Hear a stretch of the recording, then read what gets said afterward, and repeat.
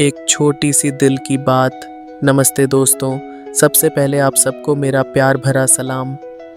उम्मीद करता हूँ कि आप सब ठीक होंगे, खुश होंगे। आज मैं कुछ बहुत सादा लेकिन दिल से कहने आया हूँ। मैं हर दिन पूरी ईमानदारी से मेहनत करता हूँ, आपके लिए रोज़ 2 वीडियो लाने की कोशिश करता हूँ। एक सुबह 10 बजे, एक रात 10 बजे। कभी थकान लगे या मन उदास हो, फिर भी खुद से कहता हूँ नहीं, ये उनके लिए है, मुझे करना है। लेकिन सच कहूँ, जब हर वीडियो अपलोड करने के बाद देखता हूँ कि 2-3 सब्सक्राइबर कम हो गए हैं तो दिल बहुत उदास हो जाता है। जिस उम्मीद से वीडियो बनाता हूँ वो उम्मीद टूटती सी लगती है। मुझे नहीं पता मेरी गलती कहाँ हो रही है। अगर मुझसे कुछ ऐसा हो गया है जो आपको अच्छा नहीं लगा तो प्लीज़ मुझे बताइए, मैं उसे ज़रूर सुधारूंगा। लेकिन जब मेहनत का फल उल्टा दिखे तो मन भी हिम्मत हारने लगता है। मैं बस यही कहना चाहता हूँ, अगर आप मेरे साथ हैं, अगर आपको मेरा काम ज़रा भी अच्छा लगता है तो अपनी मौजूदगी का एहसास कराइए। आपका एक छोटा सा कमेंट, एक लाइक या बस इतना कहना कि हम साथ हैं, कभी कभी वो भी किसी टूटते दिल को फिर से जोड़ देता है। आप सबके प्यार और सपोर्ट का इंतज़ार रहेगा। चिंग चिंग, मैं ना गया हूँ। जुओफान को कोई फ़र्क नहीं पड़ा उस सारा शोरगुल, उम्मीद और डर से जो उसकी ओर उमड़ रहा था। उसकी निगाहों में बस चू चिंग चंग की कांपती सी छवि थी। उसने हल्के से उसका कंधा थामा, उसे अपने सीने से लगा लिया और बहुत नरमी से उसे सांत्वना दी। चू चिंग चंग उसकी बाहों में आकर ठहर सी गई। धीरे धीरे कांपना बंद हुआ और एक शांति उसके चेहरे पर उतर आई जो बाकियों के लिए चौंकाने वाली थी। जुओफान उसके लिए एक चट्टान था, अडिग, मजबूत। उसका दिल, जो अब तक डरा सहमा था, जुओफान की बाहों में सब कुछ भूल चुका था। क्राउन प्रिंस बेली जिंगतियन का चेहरा तमतमा गया। जुओफान की ये बेहिसाब बेअदबी उसे चुभने लगी। ये लड़का मजाक बना रहा है मेरे रुतबे का। वो राजकुमार था, सम्राट बनने की उम्मीद के साथ पला था। कई मौक़ों पर घमंडी लोगों की बकवास सह चुका था, पर उसे नज़रअंदाज करना कभी आसान नहीं था। लेकिन जुओफान ने तो उसे गिनती में ही नहीं लिया। वो ऐसा बर्ताव कर रहा था जैसे बेली जिंगतियन पहले ही मर चुका हो। अपमान नहीं, ये तो तिरस्कार है। वो मुझे देखना भी नहीं चाहता। पर बेली जिंगतियन मूर्ख नहीं था। वो जानता था कि जुओफान का ये गायब होना और सेकंड में बेली जिंगांग को मिटा देना कुछ मामूली बात नहीं थी। उसे चाहिए था सावधानी। फ्रिजिड रेन स्वॉर्ड किंग ने कहा था कि उसकी ताकत सिर्फ सोल हार्मनी स्टेज तक है। तो फिर ये क्या था? झूठ नहीं, खूनी सच था, मेरे भाई की मौत का सबूत।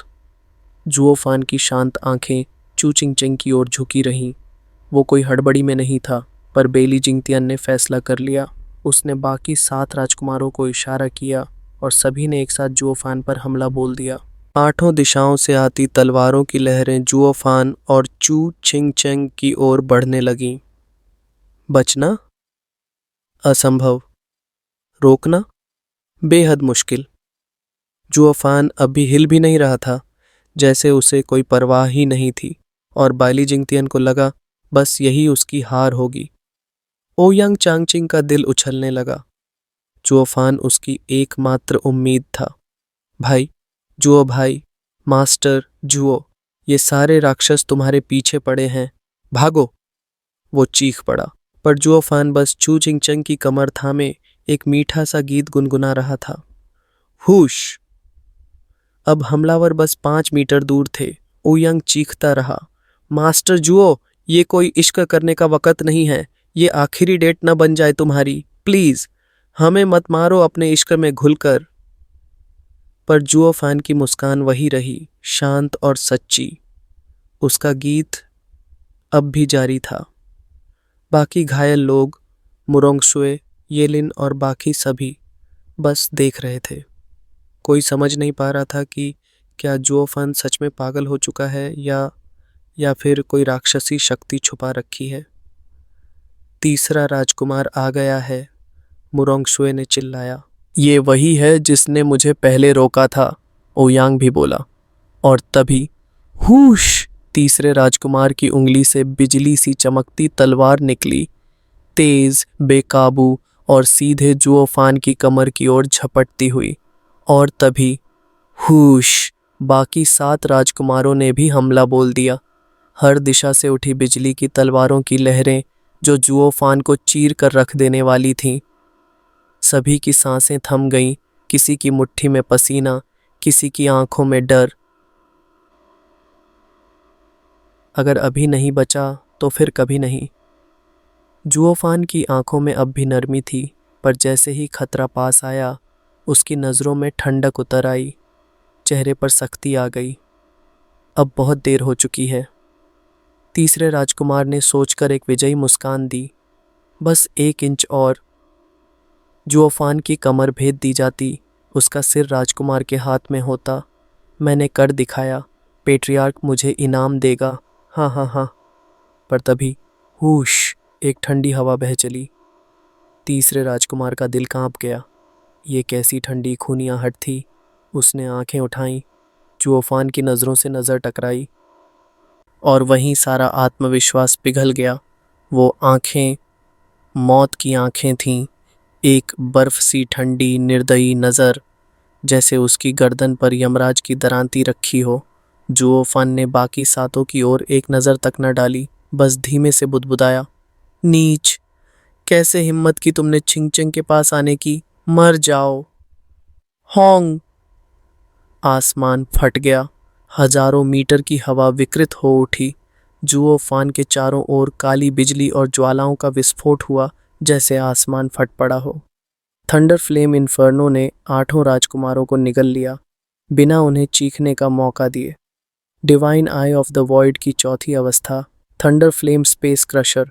उसकी दाहिनी आंख में 4 सुनहरी आभाएं चमकीं, जबकि बाईं आंख में एक पागल काली ज्वाला धधकी। जुओफान आग के बीच खड़ा था, पर चू चिंगचंग को वो अब भी इतनी नरमी से थामे था, जैसे एक कांच की गुड़िया हो। वो अब भी उसकी कानों में गुनगुना रहा था, एक मीठी सी धुन। जुओफान उसके लिए कोमल था, और दुनिया के लिए एक राक्षस, जो कोई भी पास आया निगल लिया गया। क्या वो वाकई? बाइली जिंगतियन की आंखें संकुचित हो गईं। उसका शरीर कांपा। वो बस अविश्वास में घूरता रह गया। उसके 8 भाई अंधकार में समा चुके थे। सिस! ज्वाला की झंझनाती आवाज सुनाई दी, जैसे आग और भी बढ़ रही हो, पर वो हिली भी नहीं। एक पल में ही सारी जिंदगी उन काली लपटों में निगल ली गई। बैली जिंगतियन ऊपर हवा में कांपते हुए खड़ा था। उसकी भौहों पर पसीना रिस रहा था।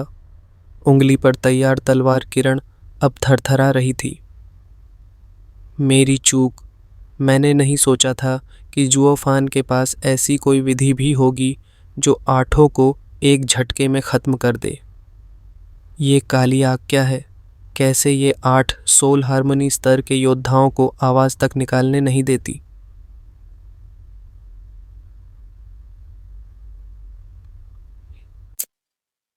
वो उन लहराती ज्वालाओं की ओर घूरता रहा। अब उसका संयम टूट चुका था। दिल बेकाबू धड़क रहा था। वू चिंग्क्यू और उनके साथियों की आंखें फटी रह गईं। उन्हें पता था कि जुओफान महान है, पर इतना घातक, इतनी नज़ाकत से मारने वाला। ये वो ही 8 राजकुमार हैं जिन्होंने हमें धूल चटा दी थी, और अब जुओफान के सामने भेड़ों की तरह मारे गए। नहीं, वो कमज़ोर नहीं हुए। जुओफान बहुत ज़्यादा ताकतवर है। ये है असली स्ट्रॉन्गेस्ट डिसाइपल, अगला इनविंसिबल स्वॉर्ड। वू चिंग्क्यू और यन मो ने भारी सांस ली। कुछ ही सालों में अब हम उसकी बराबरी नहीं कर सकते। ये लिन ने सिर झुकाया। पिछली बार मुझे उसकी काली आग की हल्की सी लपट भी खत्म करने वाली थी, और अब उसने इतना ज़्यादा बाहर निकाला, मुझे बचने का मौका भी नहीं मिलता। अब उसकी ताकत किसी भी समकक्ष से परे है। उसने ऊपर बेली जिंगतियन की ओर देखा और तिरस्कार भरी नज़र फेंकी। जुओफान की वो काली आग अब भी लहरा रही थी। मुरोंगशुए और ओयंग चांगचिंग स्तब्ध थे, पर अब डर नहीं था। उन्हें समझ आ गया था, जुओफान सिर्फ उम्मीद नहीं, गारंटी है। मुरोंगशुए के मन में उथल पुथल थी। मैं उसे शैतान समझती थी, पर अब देख रही हूँ, उसकी ये ताकत डरावनी है, पर अपनेपन से भरी भी। क्या मैं उसे कभी रोक सकूंगी? क्या मुझे उसे रोकना चाहिए? एक हल्की सी हवा चली। थंडर फ्लेम्स ऐसे गायब हो गईं जैसे कभी थी ही नहीं। धरती पर न कोई निशान, न जीवन। सिर्फ जुओफान खड़ा था, अपनी पत्नी चू चिंग चिंग को सहेजते हुए। उसके होठों पर धीमी सी मुस्कान थी। वो गुनगुना रहा था और चू चिंग चिंग की सांसें अब स्थिर थीं। वो मुस्कुराई और उसके सीने में नींद में चली गई। इतनी मौतें सिर्फ एक स्त्री के दिल को सुकून देने के लिए। लोगों ने देखा, ये युद्ध नहीं था, ये प्रेम की रक्षा थी। 8 राजकुमारों की मौत जुओफान के लिए झंकारें हटाना भर था, जैसे कोई अपनी प्रेमिका की नींद में खलल न डाले। हम उसके लिए कुछ नहीं, बस तुच्छ कीड़े। जुओफान ने हमलावरों को देखा तक नहीं, फिर भी सब खत्म हो गए। सबकी नज़रें बदल चुकी थीं। अब कोई उसे प्रतिस्पर्धी नहीं देख रहा था। अब वो एक अमर था, किसी और ही स्तर का, किसी और ही दुनिया से। मुरोंग शुए भी अजीब सी भावना में थी। क्या वो सचमुच दैत्य है या कुछ और जब सब खोए हुए थे, चिंग चैंग, मैं तुम्हें सुरक्षित जगह ले जाऊंगा, जुओफान ने प्यार से कहा। वो उसकी सोती हुई आंखों को निहारता रहा और फिर हुश! एक तीखी सीटी, एक गूंजता धमाका। बैंगनी तलवार तरंग आकाश से फटी, जुओफान और चू चिंग चिंग की ओर टूटती चली। इतनी ताकत कि पत्थर धूल में बदल गए। हवा में लहराती गूंज, सबकी सांसें थमी। अगर ये लहर लगी तो कुछ नहीं बचेगा। ओयांग चंगचिंग चीखा, बैली जिंगतियान हरामी, तेरी कोई मर्यादा नहीं बची। चुपके से हमला करता है और खुद को सबसे श्रेष्ठ कहता है। हाँ, अब चुपचाप खड़ा रहा तो लोग समझेंगे कि मैंने अपना गौरव खो दिया। बैली जिंगतियान ने खुद की कही बातों की परवाह नहीं की। उसकी आंखें उन्माद से चमक उठी और वो दहाड़ा, जुओफान, अब देख, क्या तू बच पाएगा मेरी संडरिंग स्वॉर्ड एपेक्स से? अब तक जो हो चुका था उससे वो जान गया कि जुओफान से आमने सामने की लड़ाई उसके बस की बात नहीं। इसलिए उसने चुना कायरता का रास्ता, पीठ पीछे हमला। वो पल बिल्कुल सही था जब जुओफान हिल भी नहीं सकता था, अपनी प्यारी छिंग चिंग को गोद में थामे उसकी नींद की रक्षा करता। अगर मैं दूर से वार करूं तो मैं अपने भाइयों की तरह नहीं जलूंगा। उसका स्तर जेनेसिस है, मेरा सोल हार्मनी। फायदा तो मेरा ही होना चाहिए। हा हा हा, मैं ऊंचाई पर हूँ, वो नीचे। इससे बेहतर मौका नहीं मिलेगा। बैली जिंगतियन का दिल आत्मविश्वास से भर गया। लेकिन अफसोस, वो जुओफान को समझ नहीं पाया। Divine I of the void की 7 चरणों में से जुओफान ने अभी तक सिर्फ 2 ही दिखाए थे, और फिर भी 8 राजकुमार राख हो चुके थे। सौंपे गए हमले की तलवार ऊर्जा हवा चीरती हुई नीचे आई। चारों ओर तीखी हवाएं चल पड़ीं। जुओफान तब भी नहीं हिला, बस चेहरा और ठंडा हो गया और होंठों से निकला एक शांत मगर खौफनाक बड़बड़ाहट। कोई पराया मेरी पत्नी की नींद में खलल डालेगा। बैली जिंगतियन की आंखें फैल गईं। तूने क्या कहा? जुओफान ने आंखें मूंदी। होंठों पर एक क्रूर मुस्कान खिल गई। फिर उसने अपनी आंखें खोलीं। दाईं आंख में 2 सुनहरी आभाएं, बाईं में जंगली काला थंडर फ्लेम उछल रहा था। मैंने कहा, जुओफान दहाड़ा, मर जा। Divine I of the void, द्वितीय चरण, थंडर फ्लेम वॉइड अनाइलेशन। हूश! काले बिजली जैसे ज्वाले की एक सीधी किरण आसमान चीरती हुई ऊपर निकली, सीधे बैली जिंगतियन की ओर।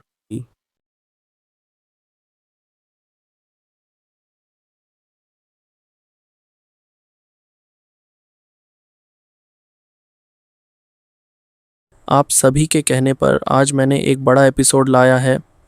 अब आपकी बारी है मेरा साथ देने की। जो लोग बुक ऑफ स्पीयर मनहवा एक्सप्लेन कर रहे हैं, कृपया मेरे चैनल का नाम वहां मेंशन कर दें, इससे मुझे बहुत मदद मिलेगी। उम्मीद है कि आप मेरी रिक्वेस्ट का ध्यान रखेंगे।